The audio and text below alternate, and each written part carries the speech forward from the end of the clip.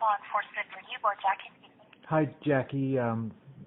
This is Greg Perniuk. I've been in contact with you about the LERB appeal. So I have a few questions regarding the submission of applications. Okay.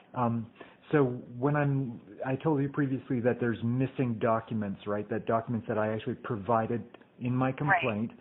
So when I'm listing those missing documents, do I need to say, or should I simply say that I expect them to retrieve them since they were included, or so they have to exist somewhere, or do I have to provide a link where they can be downloaded? Well, typically the appellant provides the documents that are missing. If you don't have copies of them, I guess you can ask that those be reproduced. Right. And the thing is, I have no problem with producing them. Okay. And so would I just have a link to where they're downloadable? Is that how it works? How do you usually get them? Usually they're provided by email. Right. Yeah. Well, I mean, I could, but there's lots of them. That's the thing. Right. And I guess the thing about the fact that I did provide them on a USB means that they have to they have to exist on that USB, and I gave them that USB, so unless they physically destroyed the USB, they have to exist on it. Okay. Plus, in the record, there's a note that actually indicates a drive location of theirs that they were downloaded to. So I have to assume they exist, right? So I think if I could have a preference, I'd like to be able to just simply say, these are the documents, you have them, okay. You can provide them. And if you don't have them, then I can provide them. And for the time being, you could just list that these are the documents, and we won't worry about producing them right away. Okay. That's good. Then maybe that's just the best way. Instead of getting you to provide them, just say what documents are missing. Right. And the thing is that because I had so many of them, I actually had a listing in my complaint that lists all of them. So I'm going to provide both a summary of what's missing and why they're relevant, plus a copy of that page where they're listed to show which ones are missing. Okay. So it'll be very clear which ones are missing, and also there's other ones that have pages missing and stuff like that. Okay. So it'll be very clear. Okay. Okay. So that's good. That's good that I don't have to put that. We won't worry about production yet. Okay, that's good. Yeah. Okay, so and I'm presuming that I have to explain why I'm making applications. I don't just list a bunch of documents and things like that, right? It's important to actually have a reason for everything. Well, the reasons come later. So the reasons come as part of the application for additional evidence. So you can provide brief reasons, but you don't have to go into thorough detail. Okay. I guess it's just my nature, to go into thorough detail. I mean, I've already written a bunch of stuff. So, I guess we'll see how it goes. But, okay. Well, I guess that's good to know now. Okay. But, well, it's okay. What you have prepared is fine. Right. Okay. Yeah. That's good to know. Yeah. And, there's, can I ask in my applications why documents don't exist, or is the question of why something that would later be asked anyway and doesn't have to be asked now? For example, there's references within the case files to documents and emails that were never followed up on. Okay. So is the question of why kind of pointless at this point? Why they don't exist? Well, I guess if I put it this way, you could ask the question that you have questions. You could explain as part of your application that you have questions as to why they're not there. Okay. An answer wouldn't be forthcoming yet at this point, but right. But you could say that you have questions about why these documents were excluded. Right, exactly, and yeah. I appreciate your comment that answers won't be forthcoming, because I'm not expecting answers right now. I'm just saying these are the questions that I have, because I'm inquisitive and very detailed and everything. So that's why I always have questions and everything. And so, anyways, okay. So now, in your letter from April 7th, you say you wrote, and I'm just going to read it. It says you wrote that you state on page 12 of 26 that you should be able to involve be involved in an interactive discussion and interview with the respondents. And you also state on page 5 of 26 that you expect to go into a hearing and discuss, blah, et cetera. And that's good and everything. I just want to confirm that you do understand that the other 4 pages that I included with my additional grounds is part of the whole document, right? Like, I mean, since you referred to of 26, right, and there were 30 pages, I want to make sure that that other 4 pages is part of it. Yes, that extra 4 pages is on the back, yeah. Okay, yeah. good, okay. Yeah. And also, so when I wrote that I expect to be able to ask questions, I just want to be clear that I'm not expecting that in this initial hearing that has already been kind of established but not scheduled, right? Like, because you were saying previously that that these officers wouldn't be involved in that hearing just because they're not typically involved, and that's why I said, later on in the process I would like to be able to question them. Okay, but the hearing is towards the end of our process, right? Okay. Like there's not it gets confusing. The hearing we referred to that is not scheduled would be the merits, so that would be where the final arguments are made. But although you're making applications, so there might be one that we will squeeze in an application hearing. So we haven't scheduled. Basically, we don't schedule the merits until we know for sure whether there's applications being made. Right. Yeah. Okay, so because I guess my perception or my understanding, and obviously I'm very limited in my knowledge of this process and everything, is that this hearing that was mentioned in the last letter from the board, like obviously it wasn't scheduled, it just said this is an upcoming hearing and we'll let you know when it happens. Right. That hearing is kind of to present final arguments like you say, but that's kind of I don't know how long that hearing is. Like, is it a couple of hours, is it a day? Well, we schedule it for a day. Right. It takes as long as it takes in the end. Right. So in other words, I guess and so based on my understanding, that hearing was just kind of like to, present the final arguments and say, okay, we're gonna go through with this process.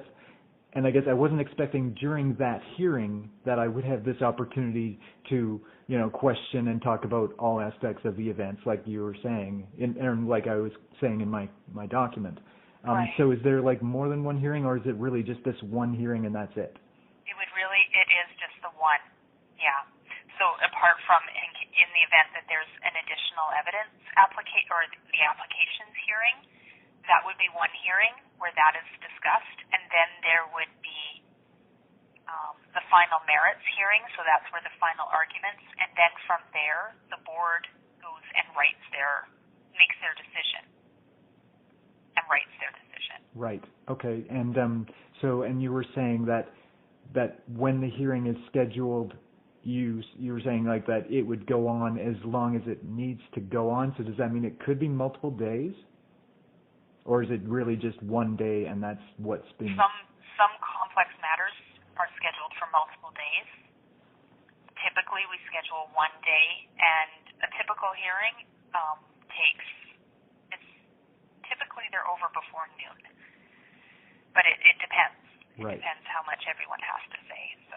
And I guess that's why I was concerned, where, obviously you're quoting from my document that I state that I should be able to be involved Right. and question everything and all that and go through every sentence. And like I say, this case is so absolutely bizarre that I can't even grasp how bizarre this case is, and that's why I said that. And so when I say that I expect to be able to do that, I guess I didn't expect that would be done in one day, right? And so that's like, I guess we'll just see what happens and I guess what you're saying though is that all I have to do is make an application to indicate that I'd like to, interact with these people, right? Like that's what you're saying is right. confirm. Yep. We just need stated that is your intention. That is what you would want.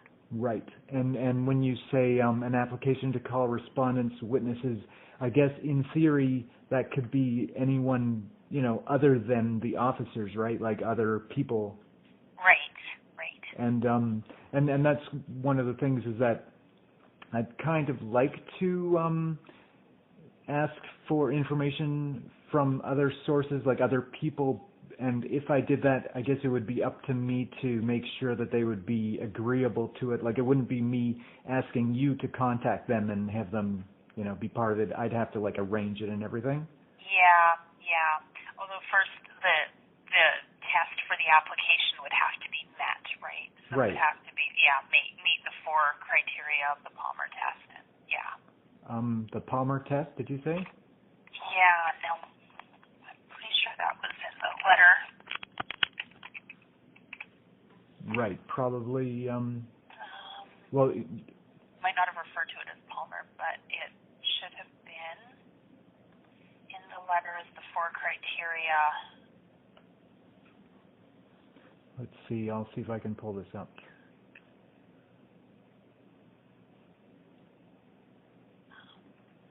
Letter would it have been in? Okay, yeah.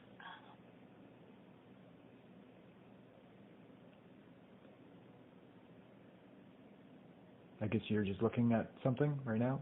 Yeah, I'm just checking what correspondence we sent you as to whether we've got that far. Additional grounds, okay.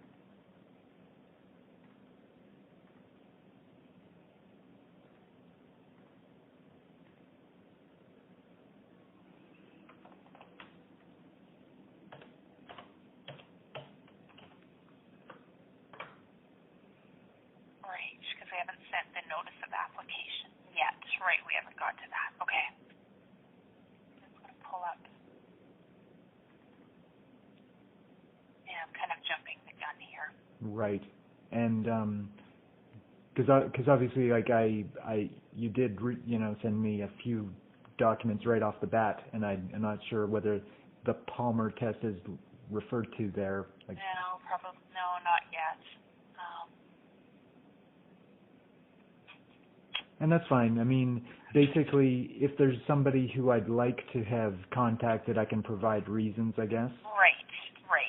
But in the end, it's not like I would say to LERB, can you contact this person? It would be up to me to contact that person and ask them to be involved. Okay. Yeah. And that's kind of what I thought would make sense. Right. So, okay. And I guess, and obviously, if like there's nothing that's going to compel somebody to be a witness, obviously. Right. No. So either they'll agree to it or they won't. Okay. Right. Yeah. But I guess so but it's not like you would send them, like, it's not like you could contact them and say, hey, it's, the Law Enforcement Review Board, could you please help Mr. Perniak with this case? You wouldn't do that on my behalf. No, yeah, we don't do that, and we don't issue a summons or anything like that, nothing formal, no. Right, okay, I guess that's fine, yeah. I can accept that. So, right, so, so when I make this, so obviously I'm making applications, and I guess in my document I say I'm making an application for this record or document, like specifically, that's how I kind of write it, is I'm making an application for this. Right. And so when I do that, I guess you kind of answered this before. Like, I'm not actually providing the document. I'm just saying I'm making an application to provide it later. Right. Yes. Okay. Yeah. Okay. Can I ask for call audio, like from EPS? Like, does that count as a document or record in this context?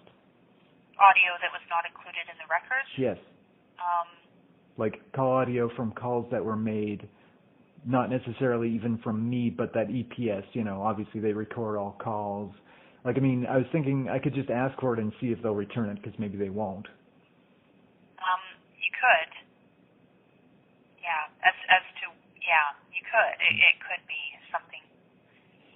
Right. Like I do have reasons, and there's always, I mean, I'm very detailed with my reasons for asking for things, and obviously either they can say yes or no. Well, what else? Do you have the initial, when we sent you the information sheet back when you filed your appeal? Well, let's see. So the first response from you? Yeah. Well, it would have been sent with the acknowledgement. Right. So I've got, I've got a bunch of documents. I've got like appeal, LERB appeal information. Yeah, that should be the information sheet. Yeah. And so let's see. So are you saying that this will tell me what types of things I can ask for? Well, it won't say what types of things because we don't really limit. Like you can ask. Right. Right. We don't really limit what type of thing you can ask, but I'll show you what criteria has to be met. Right. It's on page 2 of that document, about halfway down. Okay, There's 4 bullets, and it says above the bullets, in general, for the board to permit additional evidence, it has to meet the following criteria. Okay, so is this under your role at the hearing? It's just above that. Okay. Oh, I see. Application for additional evidence. Yeah. Okay. So the evidence was not available at the time. The chief of police. Okay. And the evidence must be relevant to the decisive issue. Evidence must be credible, and evidence could reasonably change a decision. Yeah. So that's when they refer to the Palmer test. That's the Palmer test. Those 4 criteria. So that's the criteria that additional evidence. That's the question before the board when they're considering any additional evidence request. It has to meet those 4. Right. Right. Yeah. So I guess like in short, basically, I can ask and list my reasons, and if the board decides that it's not relevant, then they'll just say no. Right. But I guess that's the thing is, I was just kind of wondering whether that counts.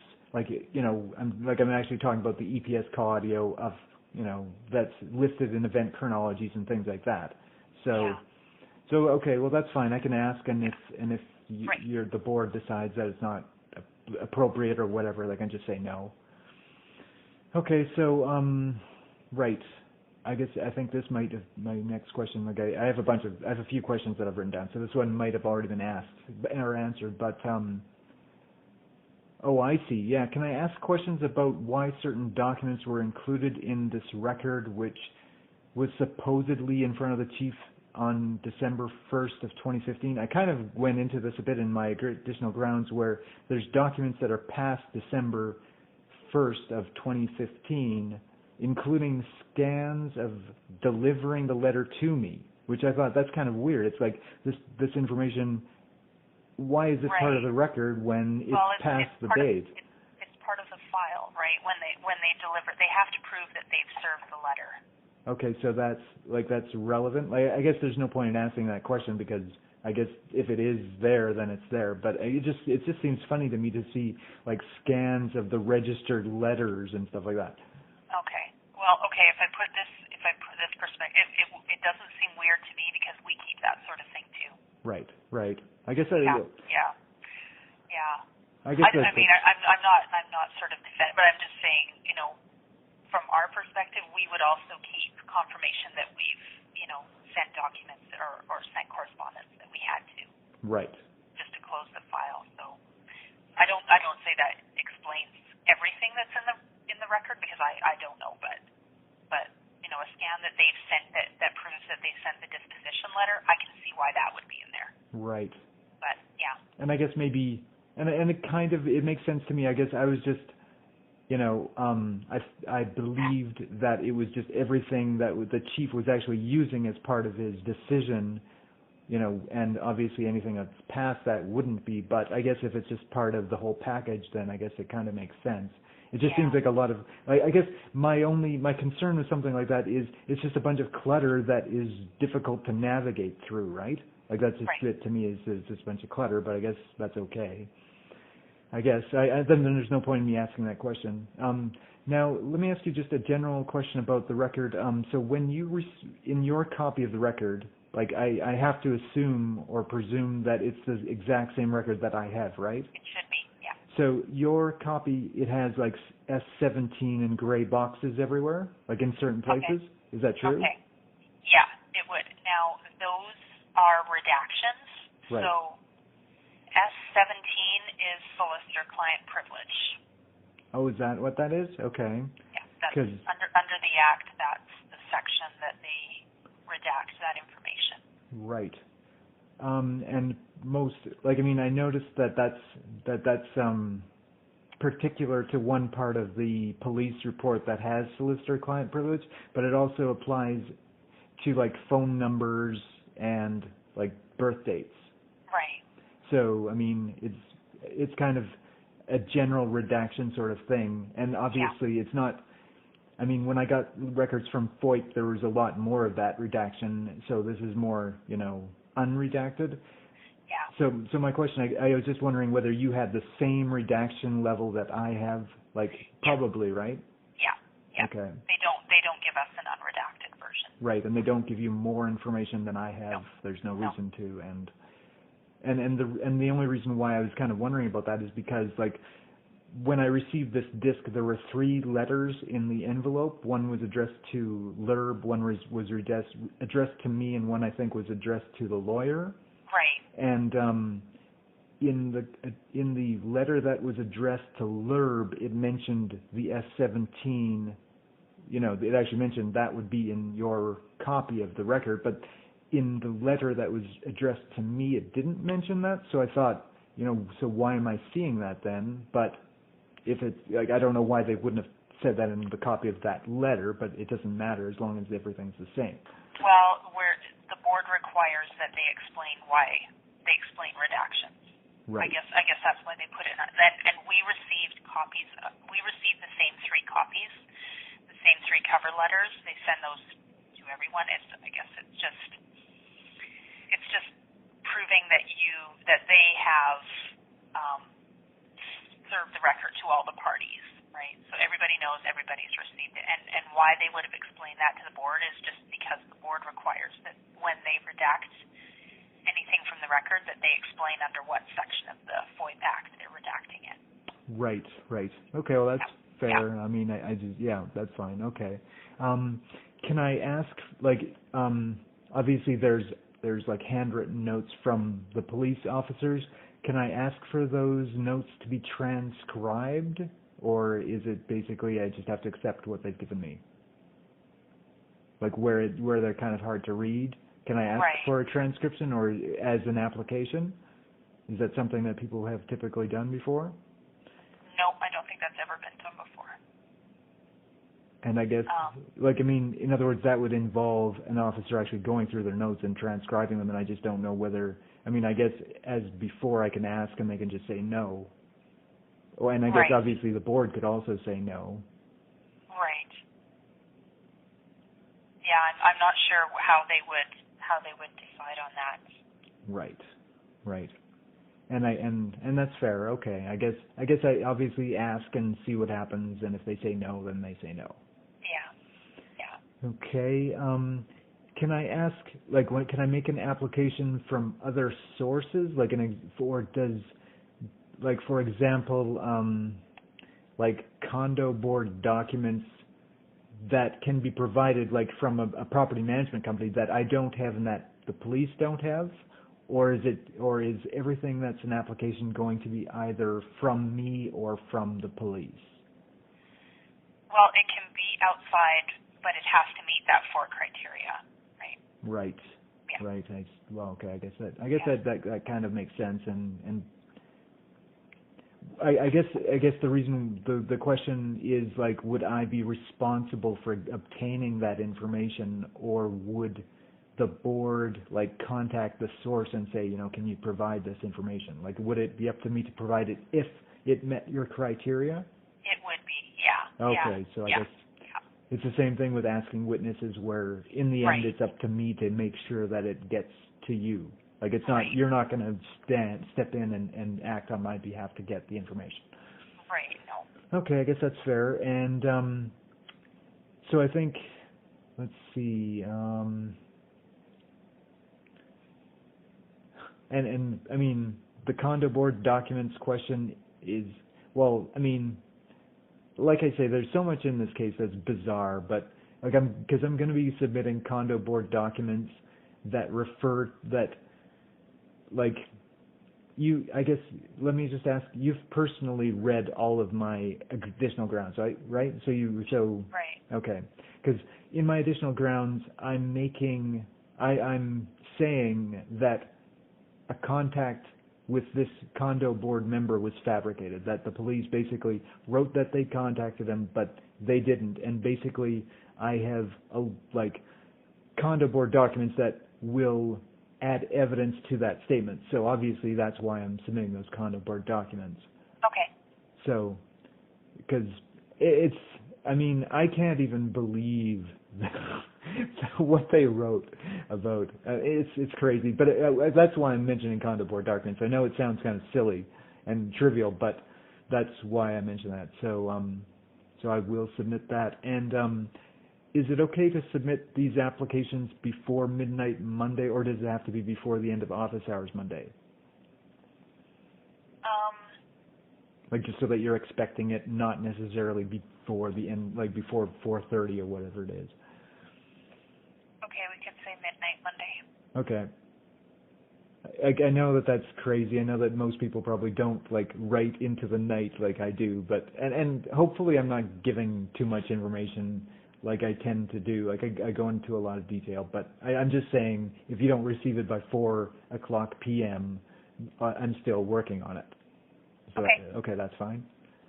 Okay, so so that's everything, and I guess we'll go from here.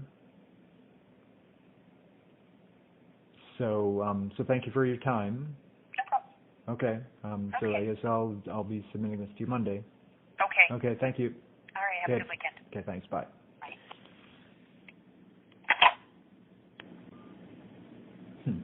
Interesting. So that was just talking to Jackie Kolkazar from the Law Enforcement Review Board, and that's all that was.